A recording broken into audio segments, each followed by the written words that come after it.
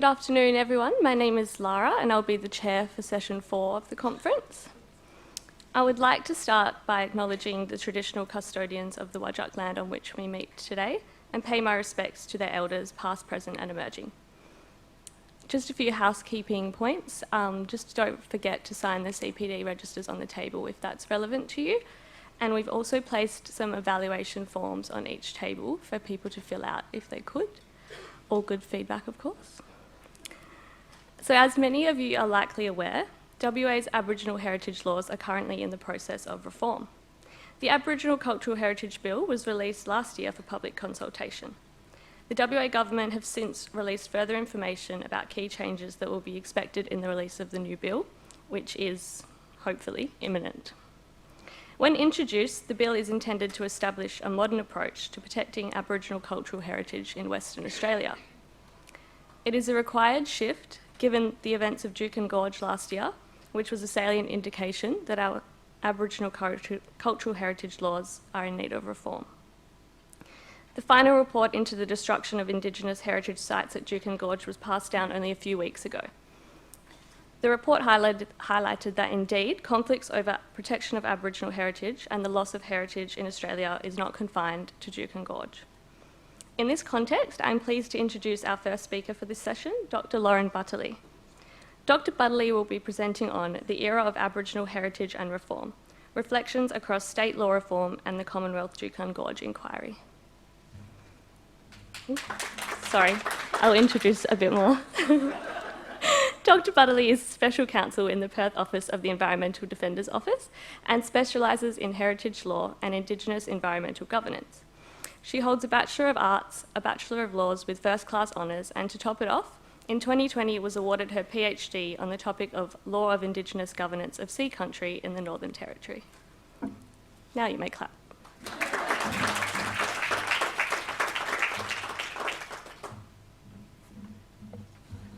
Thanks very much, Lara. Kaya Wanju, and again, same with Lara, particularly with this session, would like to acknowledge that we are on Whadjuk Noongar Budja today.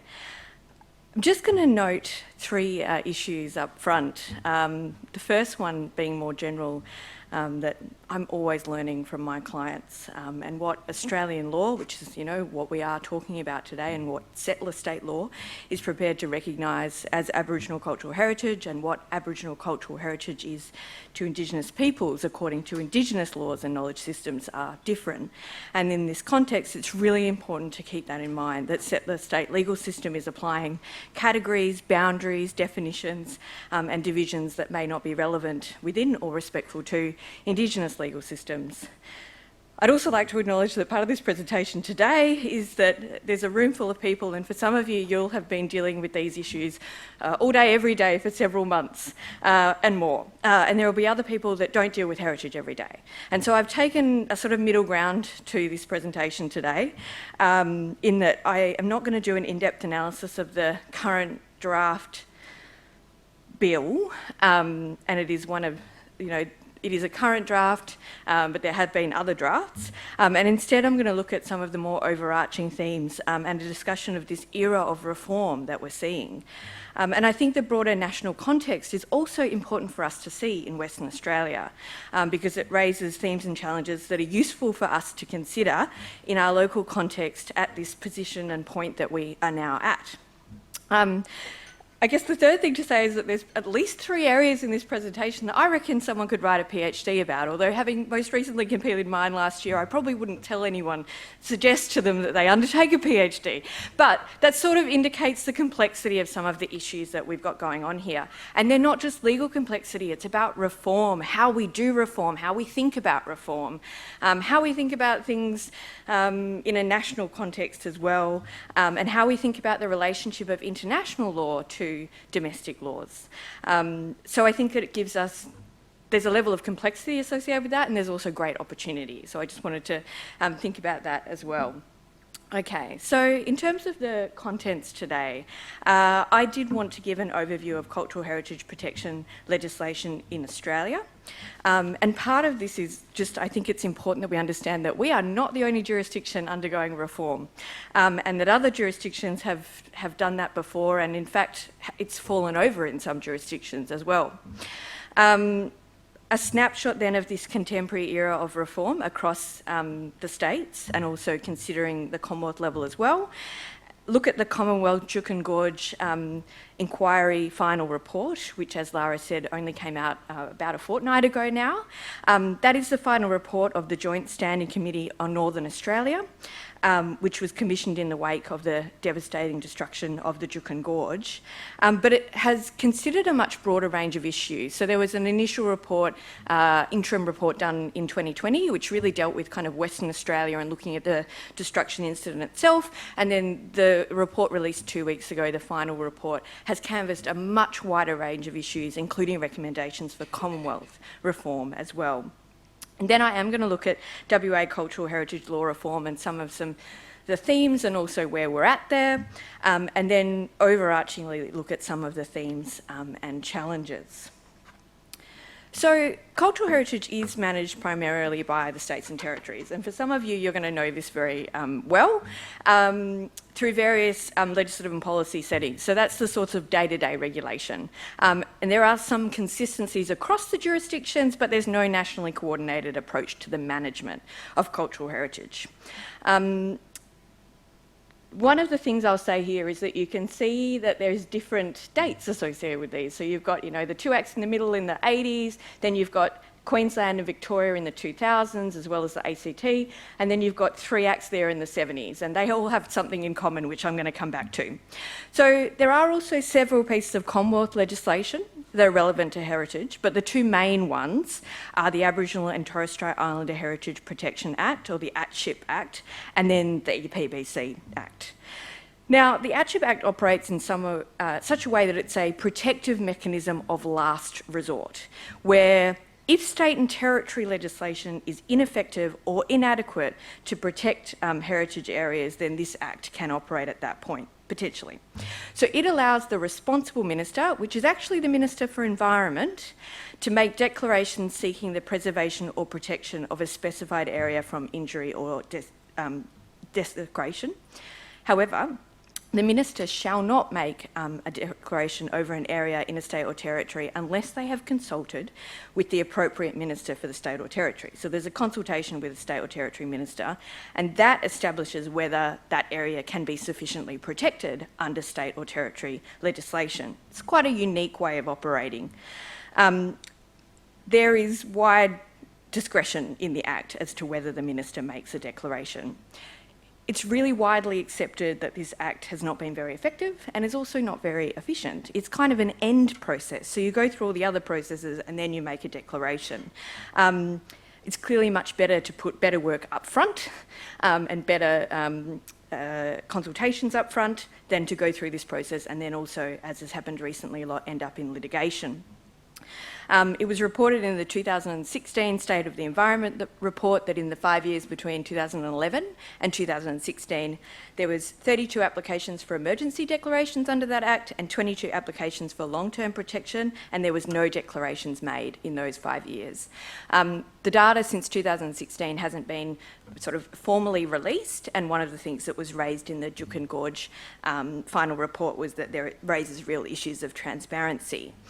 The average time for making a direct declaration is 2 years. So it's sort of also a very long process. One of the interesting facts that came out of the Juukan Gorge final report was that there's been a large increase in the amount of ATSHIP applications that have been made in 2020 and 2021 since the destruction of Juukan Gorge. The report notes that that's an indicator that the existing system of protections by declaration is being used as proactively as far as possible. The other Act is the EPBC Act, and Robin raised this in the context of the Samuels Review recommendations.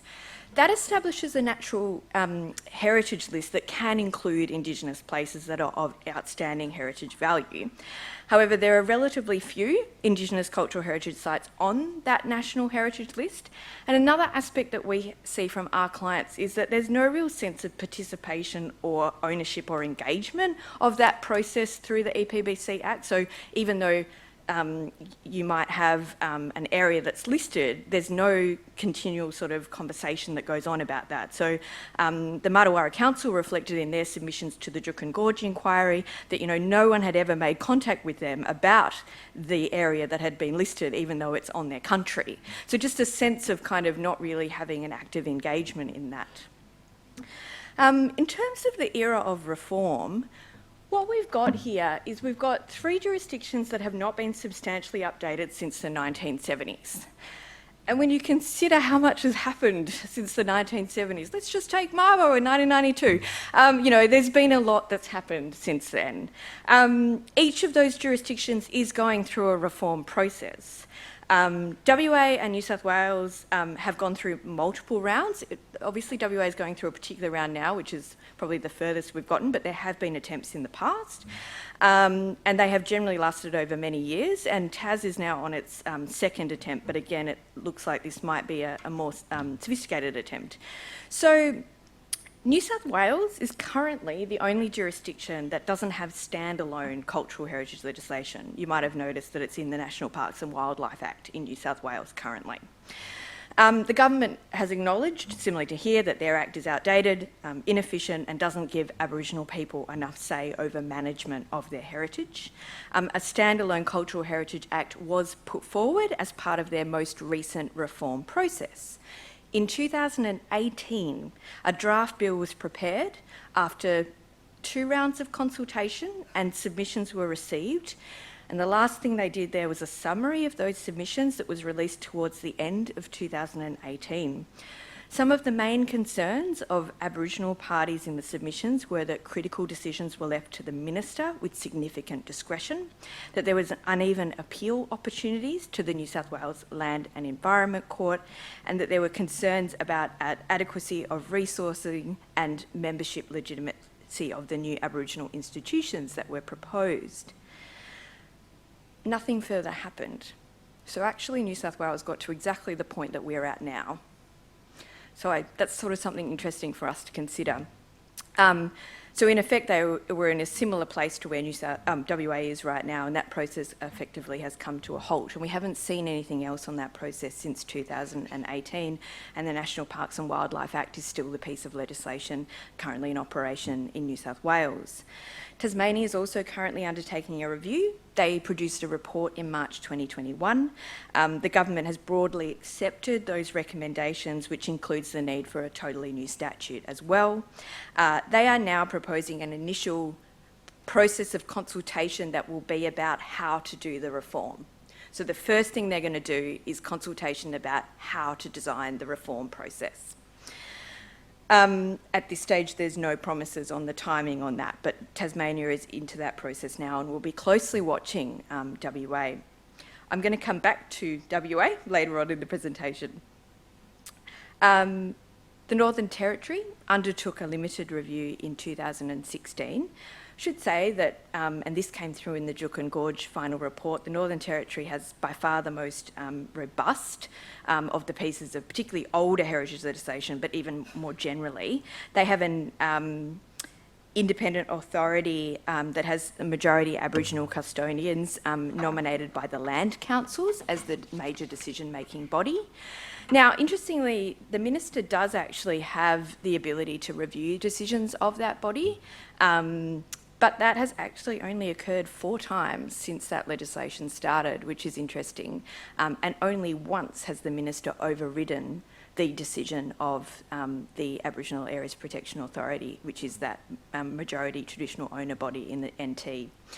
It's certainly not a body without criticism. There has been some, but that came through in the Juukan Gorge report that stakeholders, including Aboriginal stakeholders in the Territory, were the only ones in the nation to hold largely positive perceptions of their cultural heritage legislation.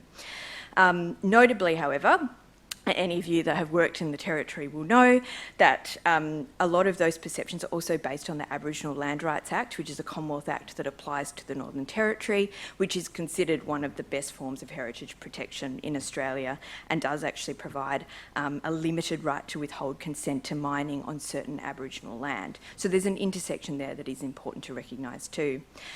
Currently, South Australia is also conducting a parliamentary inquiry. That's obviously their first line into reform. Their submissions were due in 2021, but it seems like they might be open for a little bit longer. And certainly South Australia affords more decision-making power than most of the other older 1970s style legislation.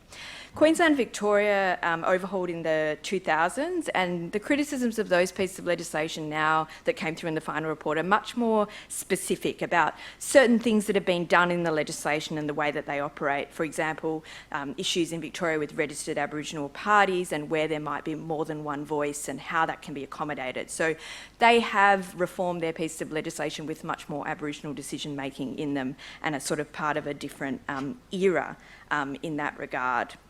The ACT is also different because it's got all heritage in one, but in ACT, the decision-making power is actually with the Heritage Council and not the Minister, and there is an Aboriginal member of that Heritage Council. In terms of the Juukan Gorge final report, so these are actually the, that's basically the contents page. This is what the report covers. And I'm not going to spend, I think it's a landmark publication because it provides an important account of the breadth and depth of cultural heritage destruction across Australia. And it also contains a strong call to action to modernise heritage laws in all jurisdictions. I'm sort of not going to spend too much time on the first two there, other than I think that there's some really interesting ethics things for us as lawyers to think about, particularly if we represent Aboriginal clients, that come through in that first chapter that outlines the incident at Juukan Gorge, and I think it's a good chapter for all of us to read and to think about that, particularly the sort of socio-legal and cultural elements of that. In terms of the broader WA experience, it really emphasised that Juukan was not a once-off, emphasised from an Indigenous stakeholder perspective the administrative burden of engaging in legislative processes, that although there were some agreements, they were really made despite and not because of legal provisions.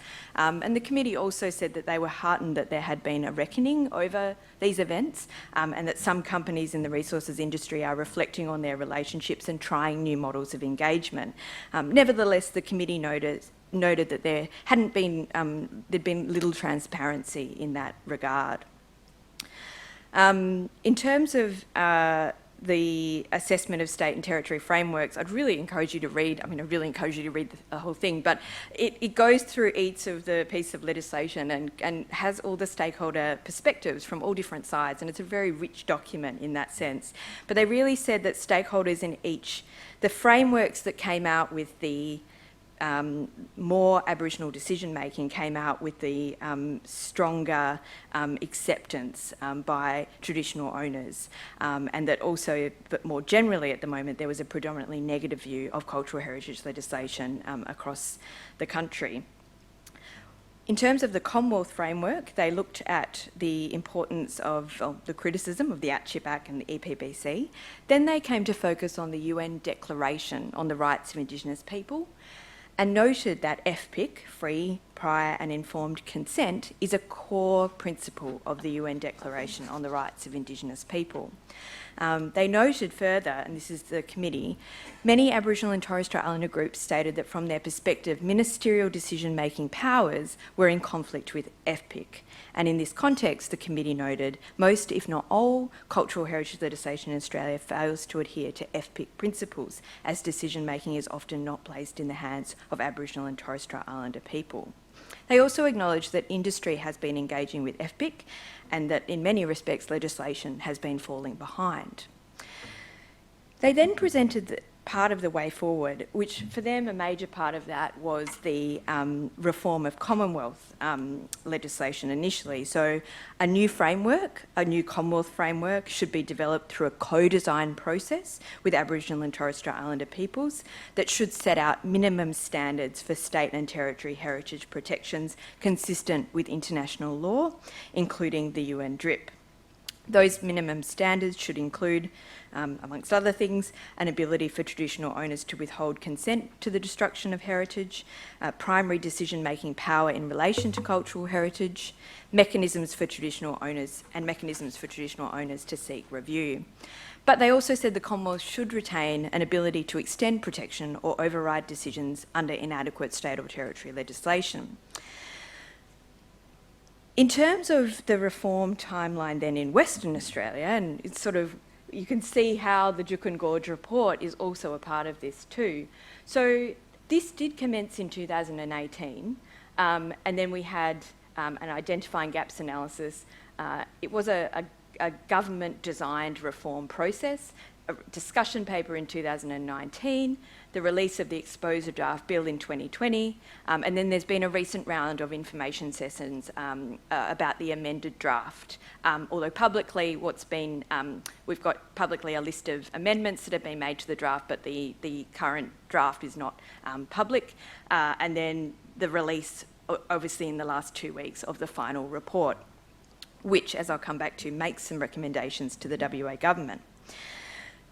So that's sort of how these two are intersecting at the moment. And as I said, I'm not going to try and give a explanation of the bill today, but I'll give a brief overview of the protective mechanisms in the bill. So it does create, the new draft bill creates a multitude of new processes and effectively replaces the single consent provision in Section 18 currently with a system of protected areas, permits for low impact activities, and cultural heritage management plans for medium or high impact activities. So a focus on agreement making in medium to high level activities.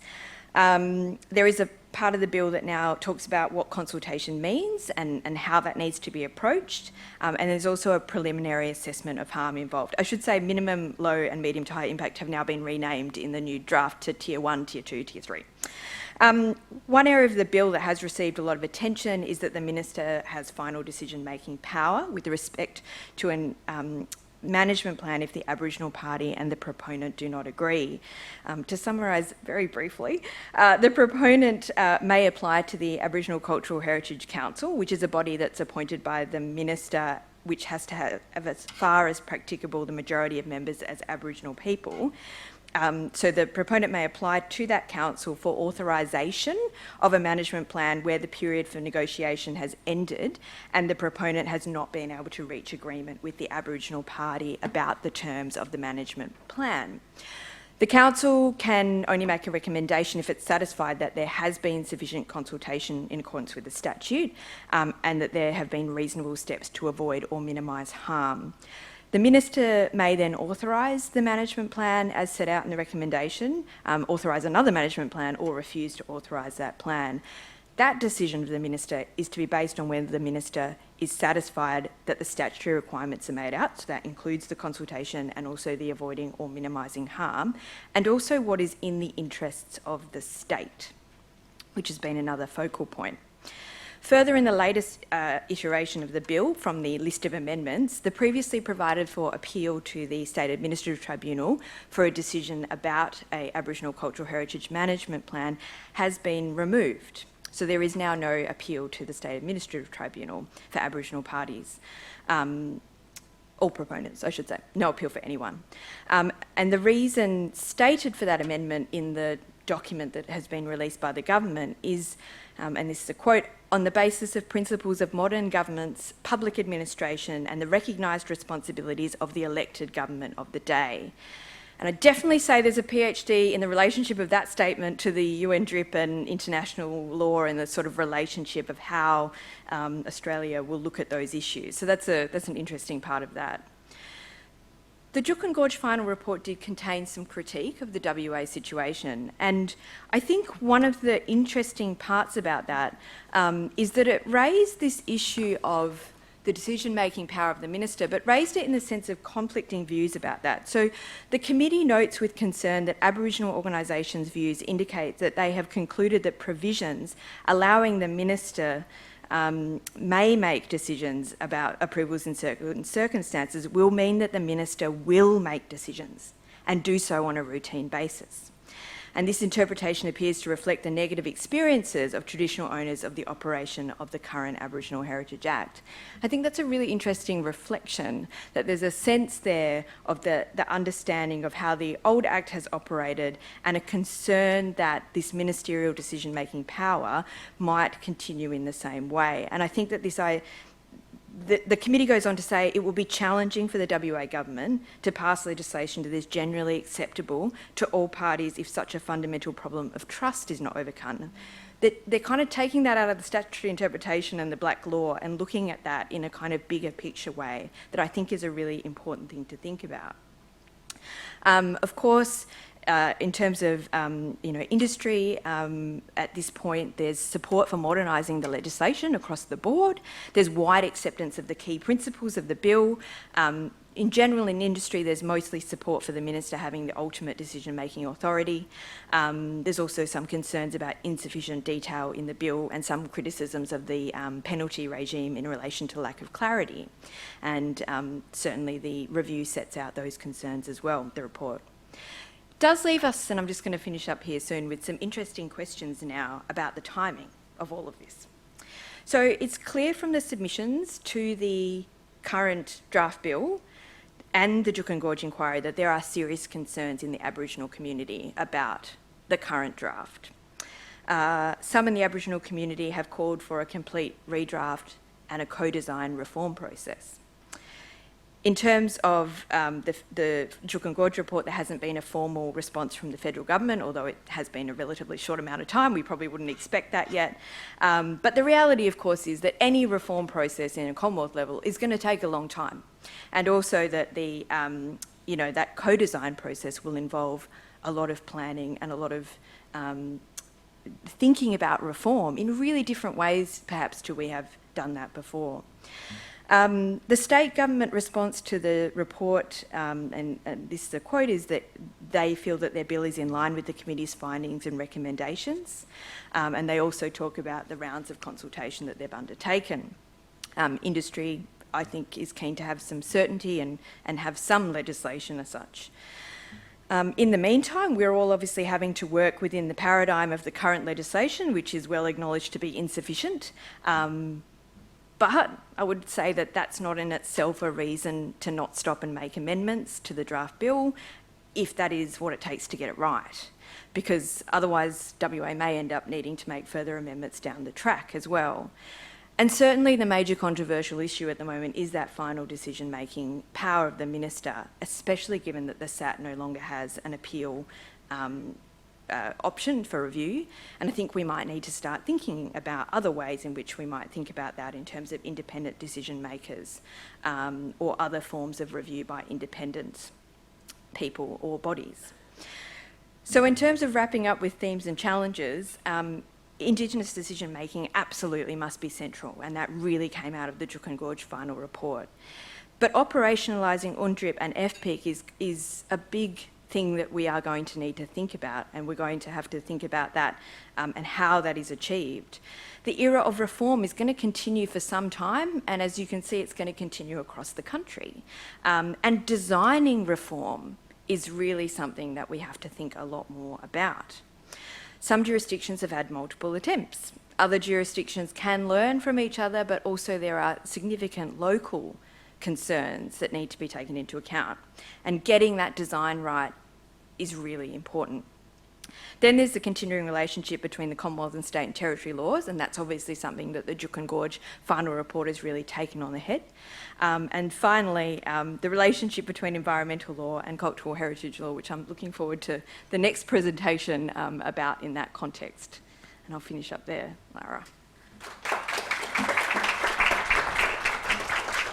Thanks very much, Lauren. So we have time for 2 quick questions, if anyone has a question to start us off. Yep. Hi, Lauren. So I was interested to hear that you said that the appeal rights to SAT are not in the Act. So does that mean that the only avenue for review would be judicial review, or are there any avenues for review at all? So, I mean, yes, so the SAT, there are other provisions relevant to the bill that can go to SAT, but that particular one about the decision-making power of the minister in relation to authorisation of a cultural heritage management plan, the SAT review is taken out. So yes, the only option would be JR. Do we have any other questions? Isaac? Thanks, Lauren. Do you have a feel for the extent to which the proposed amendments to the EPBC Act under Samuel review, how well do they talk to the recommendations in the Juukan Gorge incident report? Yeah, that's a really good question, and Robin sort of intersected with that as well. So several of Samuel's recommendations also talk about a co-design process in the context of the EPBC Act. Samuel's also acknowledged that the EPBC Act didn't work in terms of protecting cultural heritage, and one of the things that he talked about is the conversation actually that in some respects the Juukan Gorge final report had about how do we manage that Commonwealth intersection with the state and territory pieces of legislation as well. But I think that his recommendations about how Indigenous engagement could be done better within the EPBC context and a co-design process that would be part of that Indigenous engagement work that's going to be done in the EPBC will also be relevant to how this pans out in a Commonwealth sense as well. Thank you. So the last speaker in this session and the last speaker for the 2021 conference is Professor Matthew Tonts, who is the chair of the Environmental Protection Authority. Professor Tonts has extensive professional experience in spanning WA's environmental, regional, higher education and research sectors, and is internationally known for his expertise in environmental geography, regional environments, rural communities and spatial planning. Between 2017 and 2020, he was Pro-Vice-Chancellor and Executive Dean of the University of Western Australia's Faculty of Arts, Business, Law and Education. Professor Tonts has a Doctor of Philosophy from Curtin University and a Bachelor of Arts with first-class honours from Edith Cowan University. In 2020, he was elected a Fellow of the Academy of Social Services in Australia. Professor Tonts will present on the EPA's considerations of Aboriginal heritage and environmental values under the Environmental Impact Assessment under Part 4 of the EP Act.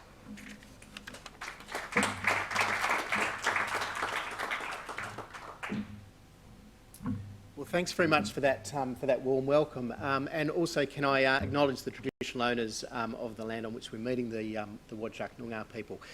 Can I also thank Lauren and Emma, that fantastically interesting talks that you've just given, and I wish I'd heard them before I started my presentation today and had pulled together some of my remarks, because I think that would have added an awful lot to what I'm able to say. You really did a great job, I think, of covering some of the issues that the EPA is trying to address in considering matters associated with heritage and environment, so thank you. I'll just divide my remarks today really under three key headings, and I do this not as a lawyer at all, but as somebody offering some observations and reflections on the challenges that the EPA faces in navigating this space between environmental protection and heritage, and try to give you some insights, I suppose, into the EPA's thinking when it's trying to consider heritage-related matters, and in particular through the lens of obviously environmental protection. And it's a really interesting space, I have to say, for the EPA to be in at this stage. I mean, we've heard a couple of great presentations today, and Lauren's in particular really talking about the extent to which the Aboriginal Heritage Act is fit for purpose. And I think it'd be fair to say that the space that the Aboriginal Heritage Act is in at the moment means that there's a lot of pressure being placed on the EPA, and in particular on the Environmental Protection Act, to fill the void. So it's a very, very challenging space for us to be in. What is rather interesting, though, I think, is to look at the origins of the two pieces of legislation. And I think, as Lauren pointed out, particularly the Aboriginal Heritage Act, very much a product of its time, product of the late 1960s and the early 1970s, a 1972 Act in the case of the Aboriginal Heritage Act, and the Environmental Protection Act, at least in its first iteration, 1971. And in fact, there's almost exactly 12 months between the date of both acts. And so I delved back into some of the Hansard around the debates that underpinned the passing of those acts, and it's rather interesting to sort of look at how matters associated with heritage and environment were contemplated in both cases. And it's certainly clear that within the context of the 1971 Environmental Protection Act, there was at least some recognition that there may be opportunities to engage in the protection of sites of significance. Now, of course, this is 12 months before the Aboriginal Heritage Act.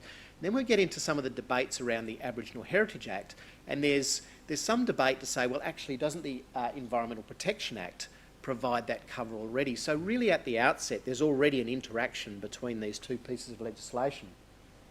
And that interaction has really been ongoing over the last 50 years in one way or another. So by 1986, we have a new Environmental Protection Act, but the Aboriginal Heritage Act soldiers on this increasingly ageing and not fit for purpose act, in my view.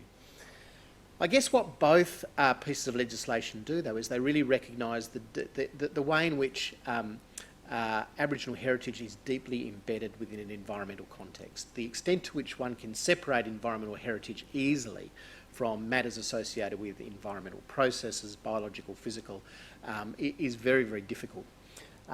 And so in a sense, I think both pieces of legislation, all three pieces of legislation, start with a really interesting co-evolution. They're emerging out of the same suite, if you like, of social and political concerns around environment and Aboriginal protection, but they diverge. And I think it'd be fair to say, at least this would be my read on it, is that the Environmental Protection Act, it's updated in 1986 and then it's amended a number of times, and it continues to modernise and become a different act as time goes by. Whereas the Aboriginal Heritage Act didn't really do that. So I think there's a significant divergence that occurs across time.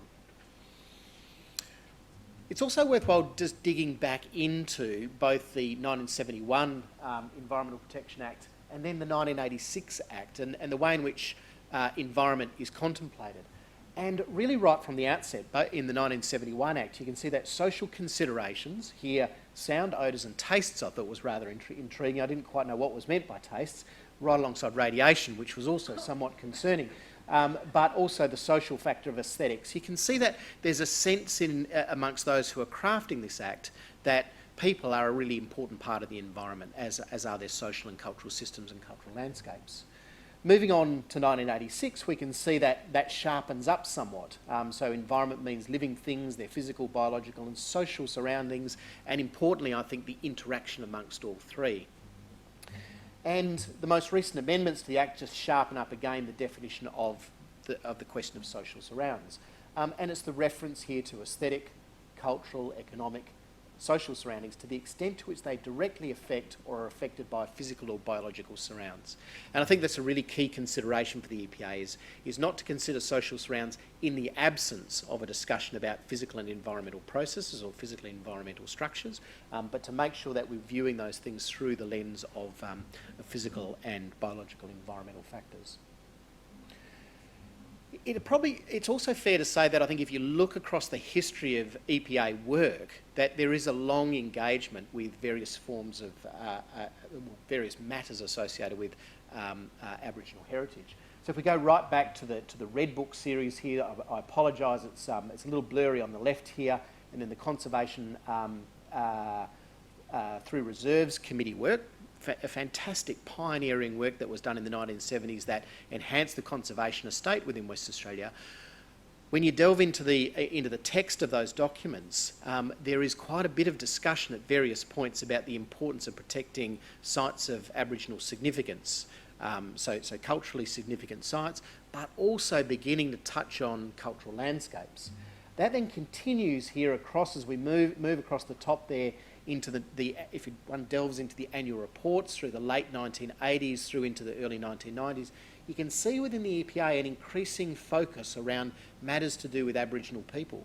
And I think it's really reflecting the nature of the EPA, the sort of people who are on it, that it's also evolving, if you like, with societal concerns and with the values, the changing values of the day, I guess. And as we sort of move into the mid-1990s and the early 2000s, on the right there you can see there's much more of an expectation on the part of proponents in the EIA process in particular to begin to account for ethnographic and other heritage values. So things are certainly evolving. By 2004, the EPA releases a guidance on Aboriginal heritage, and I'll speak about that in a moment. And really through to this very day, matters associated with heritage and environment are kind of intertwined in some of the thinking around the EPA. The most recent piece of work we did on Exmouth Gulf has quite a lot to say about the importance of co-design and engagement with Aboriginal traditional owners in the Exmouth Gulf around the management of that space, but also in the decision making for the long-term future of that space beyond simple matters around heritage, and expanding to a much deeper involvement of Aboriginal people in the management of matters such as flora and fauna, noise, pollution, and so forth. So I'd say it's really been an ongoing journey in many respects for the EPA in this space. The Environmental Protection Guidance 41 is quite an instructive document in some ways. Again, my feeling on reading it again over the last few days is very much a product of its time. So a document that's 15 or 16 years old now. I think it offers some fairly good guidance, but is certainly something we'll be having a look at in a moment. But provides a really broad overview of how heritage can be incorporated into environmental assessment, and very much emphasises the importance of viewing heritage through the lens of the environment in terms of the EPA. But it also recognises this very close link between Aboriginal heritage legislation and the environmental protection legislation. But it goes on to talk about the key consideration here being the extent to which changes to the biological and physical environment will result in an impact that will affect heritage of significance to Aboriginal people. So you can see the lens there is a very particular environmental lens that's being considered. And really what we do is very much focus on this question of to what extent is Aboriginal heritage a relevant environmental factor?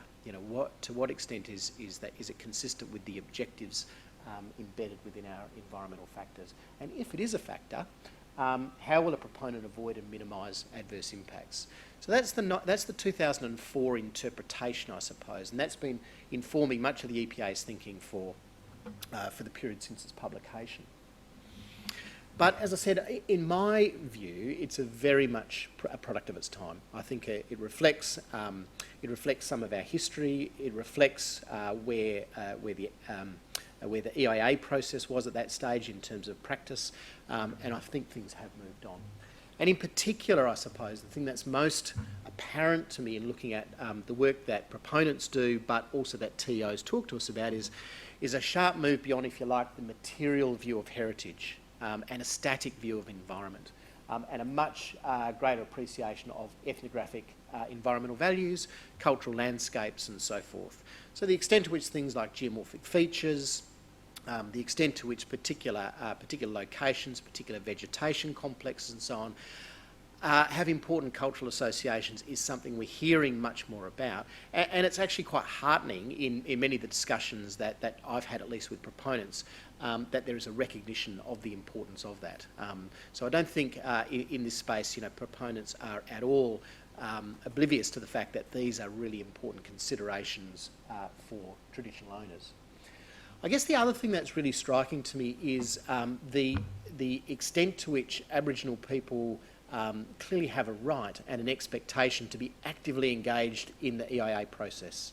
So not passive participants, not a tokenistic engagement in that process, but to be active in that. And of course, in all of that, we're very attuned to the fact that there are significant power imbalances that we're often dealing with here.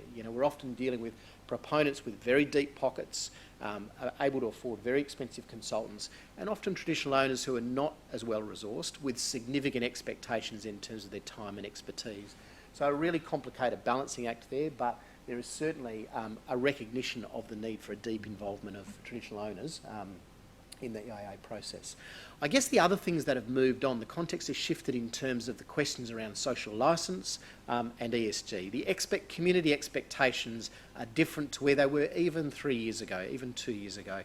We of course know that Juukan was a flashpoint, but I would say that probably in the years leading up to that, we were on a slow burn anyway. Expectations were changing and shifting, and in my mind, That's been a really important part of the discourse within the EPA and beyond. And I guess the other part of the shifting environment is the international expectations, the international discourse around this. And we heard just a few moments ago around the UN Declaration on the Rights of Indigenous People and numerous other discussions that are happening at an international level about the expectations of proponents, governments, and the ways in which they should be engaging with Indigenous matters, particularly with regards to heritage and environment.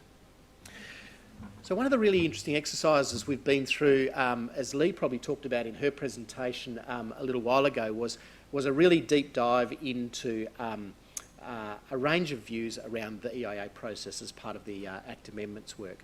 And that was very instructive, as have been numerous discussions that I've had with proponents over the past 9 months or 10 months, as well as, look, I would say I've probably had maybe 15 or 18 meetings with traditional owner groups in one way or another, and so we've got a lot of feedback, I suppose, from a whole range of different perspectives on exactly where the EPA should be. It's not surprising, lots of people tell us how to do our job, and people certainly took the opportunity through these processes.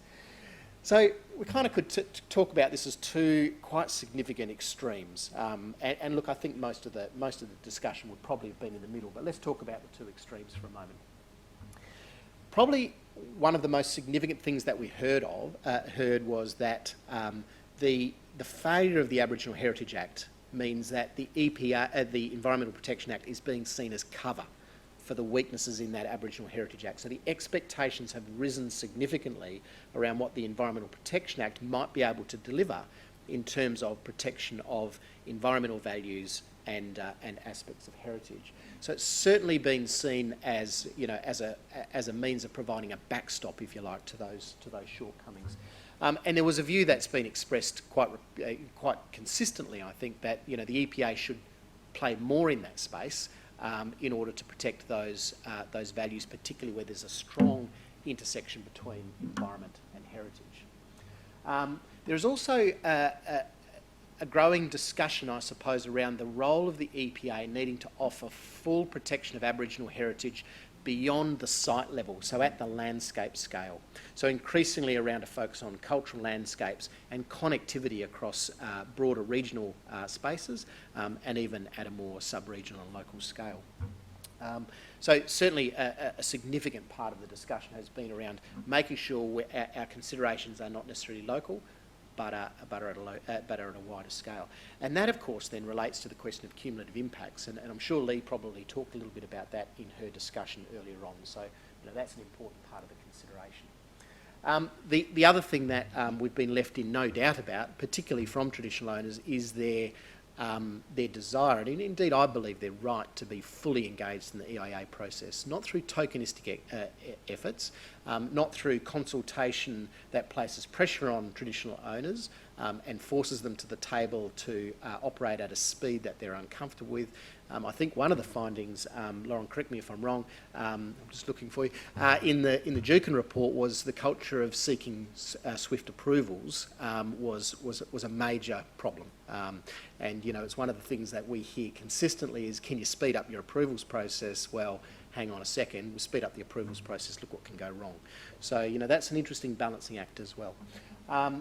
So full engagement of traditional owners in the EIA process, and the other, which was just talked about a little by Emma, I think really nicely, was the engagement of traditional knowledge in the EIA process. So ensuring that we don't dismiss traditional knowledge as unscientific or unimportant in understanding environmental values, but recognise it as an important knowledge system. So one set of views that's been expressed to us. Then a very different set of views, and I will hasten to say that these are not necessarily industry versus others. Some industry players and some proponents were the gold standard, I have to say, and were very much associated with this top set of points here that I've just talked about. But there are interests that would say, you know, the EPA should just get out of the space. It has no real role to play in the space. Let Aboriginal heritage legislation take care of that, and we should be avoiding duplication and looking for simplicity. The second thing is that we should defer our responsibilities entirely to this new Aboriginal Cultural Heritage Act, should it be passed, when it's passed. So that's another set of views that are out there. The other, which is a much more difficult space for us to be in, is that the EPA should somehow arbitrate between proponents and traditional owners where it's not quite going to plan for the proponent. I might just take this opportunity to say we are not in that space. So we're not the arbitrators between proponents and traditional owners, and yet that's a view that some have expressed to us that we should undertake. I mentioned a moment ago the focus on quick approvals, and I guess, and I do acknowledge this, the importance of the EPA providing operational certainty for proponents, and that is significant. So you can see there an enormous range of views, and people have all sorts of expectations of the EPA. So this is kind of the world that we're navigating, and as I said, we're kind of navigating that in the context, I suppose, of the void that's been created as a result of the shortcomings of the Aboriginal Heritage Act. So perhaps I'll just talk for a moment about what does our present approach look like? Well, the present approach is very much still focused on the question of environmental protection, very much consistent with our Act. So some have said to me, gee, you seem to be straying beyond where your Act should constrain you. Well, let me reassure you that we've stayed exactly on task here. We've focused very much on the question of environmental protection, and also recognising that there is a close intersection, obviously, between Indigenous heritage and Indigenous environmental values and environmental values more broadly. But I guess the other point to make is that there have been no substantive changes to the Environmental Protection Act either in respect of these matters. So we're being consistent to where we've been in the past. And the environmental factor guideline that we have present remains valid and is sort of central to our consideration. So we're testing against that objective. So what do we focus on? Well, I guess the key things we're focusing on when we're looking at matters associated with heritage is really, the first one is significance. Is, how important is this? Why should we care? Why should it be something that we worry about? So we're really concerned about this question of, what are the significant values that are important here of either the site or the cultural association, if you like, as I said, between a vegetation complex, a geomorphic feature, and so forth. The second thing is, we have a lot of proponents come and talk to us and say, we've been consulting, and that's great. Consulting is fantastic, but consulting is not the end. Consulting is kind of a means to getting us somewhere, isn't it? It's part of a conversation. So a really important part of our thinking at the moment is we're really concerned with what is the outcome. What is the outcome? What is the thing we're trying to protect? What's the future state that we're trying to imagine here? What is it that we're trying to protect? Not just that you did lots and lots of consultation, but we really are focused on this end state, if you like. The other thing is the nature of the relationships. Many impacts or many potential impacts are ongoing, and Emma talked about water, and I think we probably hear about water and cultural values probably more than just about anything else, associated with dewatering, changes to surface water processes and so on, and they're ongoing issues. So our expectation is where there are ongoing matters of impact, then there should be ongoing relationships in some way. That might be built into a cultural heritage management plan, or it might be in other ways. A really key point is an appreciation that Aboriginal interests are not just constrained to cultural heritage, that they expand way beyond that. That they're clearly related to groundwater, surface water flows, they're related to vegetation, they're related to fauna and so on. And in fact, I had a really interesting discussion not long ago with a traditional owner from the northwest who said to me, Matthew, we're really worried about greenhouse gas emissions. Greenhouse gas emissions really concern us. And I said, well, tell me a little bit more. And he said, well, you've got to understand it from our perspective that those greenhouse gas emissions are coming from our country, from our land, and they're having an effect, on the rest of the planet. And so, we need to understand that anything that's coming from our land, we have a responsibility for. And so, I think it's really important to recognise that traditional owners are interested in things other than just matters associated with cultural heritage. While that's crucial and central to their concerns, we shouldn't simply take the view that there's a narrow set of concerns there that front and centre for those peoples. As I said, Leah's probably talked a little bit about cumulative impacts. We're particularly concerned around cumulative impacts and the relationship between impacts, heritage values and environmental values more broadly. But I just want to stress at the end here that the impacts we're concerned about are those that are related to physical and biological aspects. So we're staying, as I said, very much on task here, which is to consider environmental values and heritage values through the lens of environmental protection and physical and biological aspects.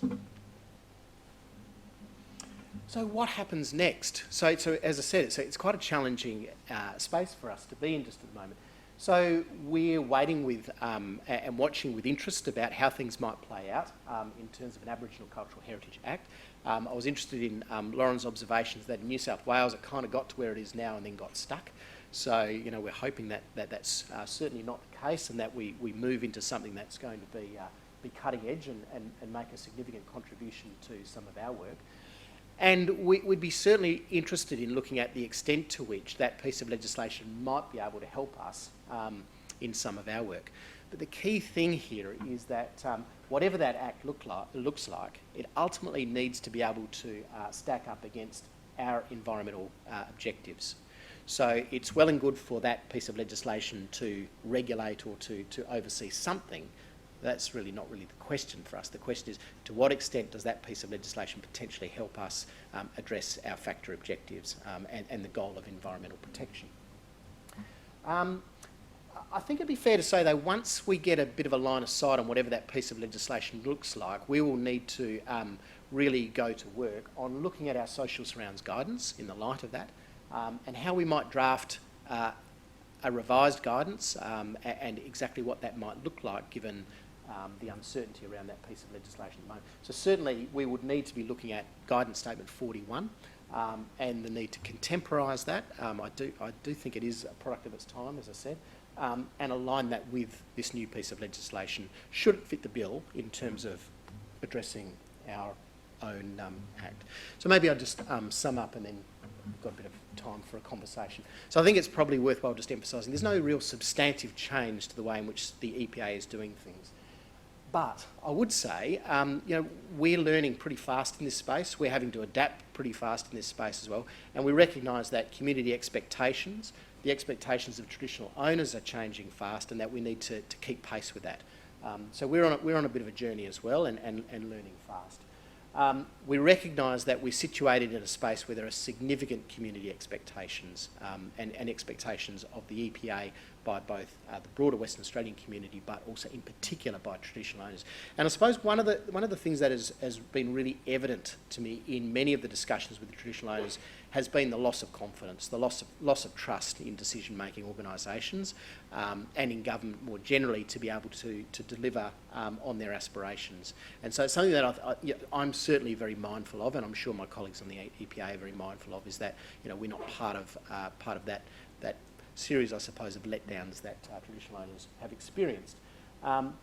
We are also very, very keen to ensure that proponents are highly engaged with traditional owners, especially at the outset of projects. I recently made a site visit. It was a fantastic site visit out to an area where there's really been no resource industry activity. And that the proponent in that particular space, I have to say, in my mind, was the gold standard in terms of engagement with traditional owners. They'd been engaged for a good number of years. They gave us space to be able to have a lot of discussions with the traditional owners around what was going to happen to their environment, you know, what might change and so on. There was a lot of opportunity for dialogue and so on.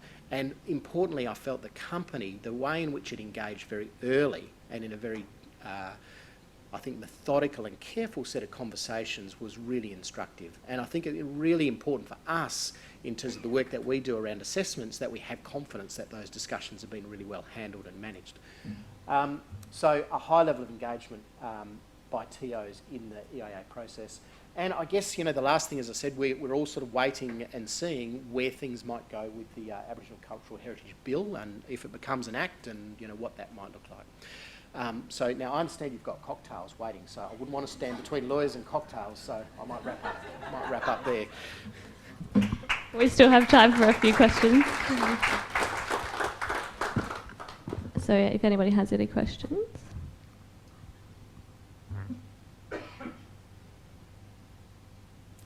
Alex? Matthew, thank you for that presentation. I want to take you to the Cooperative Research Centre work that I've been doing on, I'm sorry for this mouthful, transformations in mining economies, which I summarise as mine closure and things like that. The EPA plays, as I understand it, an important role in mine closure planning and execution in the context of the state agreement regimes.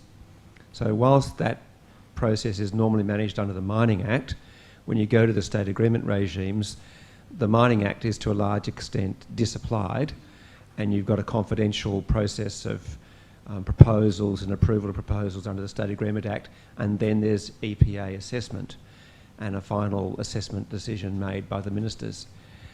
I think in this space, though, mine closure, water interests and consultation with Indigenous people, you've got huge issues which, on the indications I have, are becoming more serious and more contested, or at least ones of greater concern.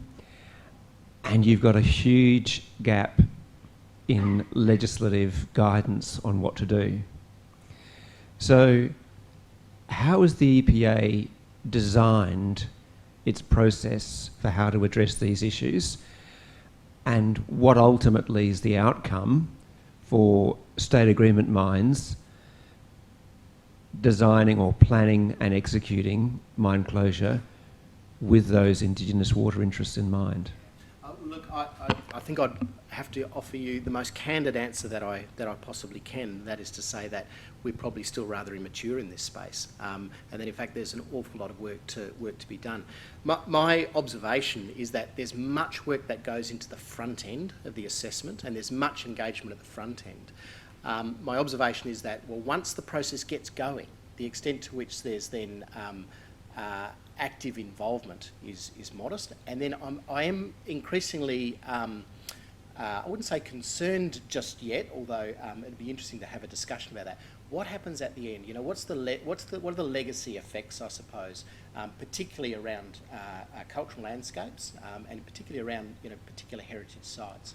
So look, I think it'd be fair to say the EPA's got some work to do on that space, and I don't probably stand up here and try and suggest that the EPA has got all the bases covered here. I think we're with many proponents, we're with many NGOs, we're with many government agencies, that we're learning pretty fast about the shortcomings in the work that's been done so far. And I think as I said, Juukan was a flashpoint in many respects, but I think there's been a slow burn, and community expectation has moved probably ahead of where many organisations are. So certainly in the conversations I've had with other EPA members, there is a real desire to make sure that we actually get a little bit ahead of the curve on some of this. So I think that's the most candid answer I can offer, is that we've got work to do.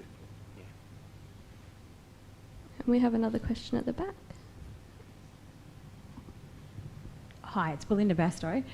Two things. One, do you think the EPA would get benefit from the establishment of an Indigenous advisory group in that space? Yeah. And the second one, do you think it's time that we maybe drafted some form of traditional ecological guidance to assist people to work through some of the spaces we're dealing with because of the, I suppose, infancy that we're in? Yeah, Belinda, thank you. They're great questions. They're not Dorothy Dix's either, I might tell everybody, because there's certainly been things that have been on our mind. One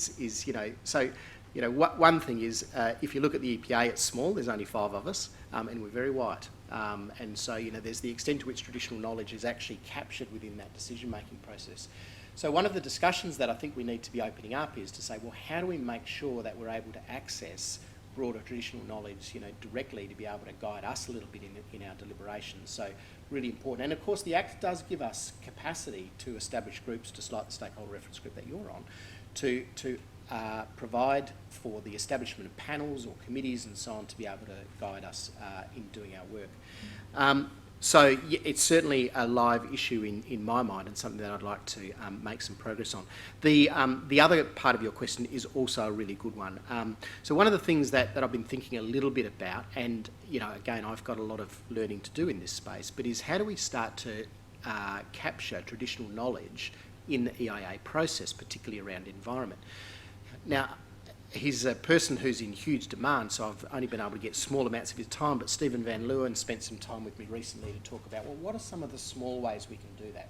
There's a couple of things that immediately spring to mind. The first is that when we go on site visits, we must start to insist that traditional owners are part of those site visits, and at times separate to the proponent. And we must recognise that traditional knowledge is really important to us in our deliberations around what's going on in an environmental setting. But the other is probably maybe one for your organisation to be thinking about a little bit as well. And I've been thinking a bit based on the conversations with Stephen about, well, to what extent should we be, when, for example, a vegetation survey is done, be not just providing the common name and the Latin name for the vegetation, but maybe what's its traditional name, Indigenous name. Now that's going to be complex and varied. And if it had a traditional use or value, what was that? And so to start just pushing the discussion along to move beyond a narrow Western scientific view of environment, to be able to say actually both of these forms of knowledge can actually coexist really well, and I think could actually quite easily be incorporated into the work that many consultants are doing with proponents. So certainly, they're baby steps, but I think we're all taking baby steps in this space. So they're the sorts of things that I'd like to start to see emerge. I think we just had one more quick question from Hugh down the back. Thanks very much, Matthew, for coming here to talk today, and Lee as well. And really just to carry on with your comments and Belinda's comments as well, is just to encourage your thinking and perhaps the thinking of the APA and the way it thinks about its decision-making in a broader way and just beyond environmental impact assessment, so that Indigenous ways of being, seeing and doing actually become part and parcel of what the EPA thinks about its functions, and it's so giving advice and all those other functions. So just as a broader aspect of that, and it's not necessarily a knowledge to be tapped into or a science, it's actually a way of how you go about decisions. But thank you. Thank you. Lee's probably tired of me banging on about this, but I'm going to do it again anyway in a broader audience. And my desire to move the EPA beyond the EIA unit for the state and to say, we have, I think it's 16 or 17 functions in our Act that are much broader than considerations around EIA. There's, public advice, there's strategic advice, there's environmental education, there's research and so on. And that the EPA should be much more embedded in those conversations. And I think some of those more strategic spaces that that I've just described, and I guess that you're probably hinting at, is the space where we can do some really interesting work around, incorporation of traditional values and knowledge, and our process of engaging and learning is probably best done sometimes through those processes rather than through the formalities of the EIA process. Thank you once again, Professor Tonts. So that brings the session and the conference to a close. I'll just introduce Isaac again to bring the conference to a formal close. Yep, thanks everyone. I'll be super quick. You don't need a clap. Thank you. I might do it from up here though, so everyone can see my face. Thanks again to our speakers and you, the delegates. I'd like to thank the NELA committee as well. You've seen most of the state conference subcommittee, but there's one you have not seen, or you might not have heard from, is Emiko. So, ladies and gentlemen, today would not have happened without Emiko. So can you stand up for us, Emiko? She's been tirelessly preparing behind the scenes. Wouldn't have happened without her. So, you've all got feedback forms on your table. The best way for us to know what you think of the conference isn't social media, it's those forms. So please do give us some feedback on what you thought of the sessions, scope, topic, etc. We can feed that into next year. And the Fundowner, it's upstairs. We're heading out the doors to the lift. I think we'll have chauffeurs to some extent. If you've presented today and you do not yet have a NELA gift, we will get you one imminently. Maybe Says if you want to grab those now. And otherwise, thank you very much for coming, and hope to see you next year.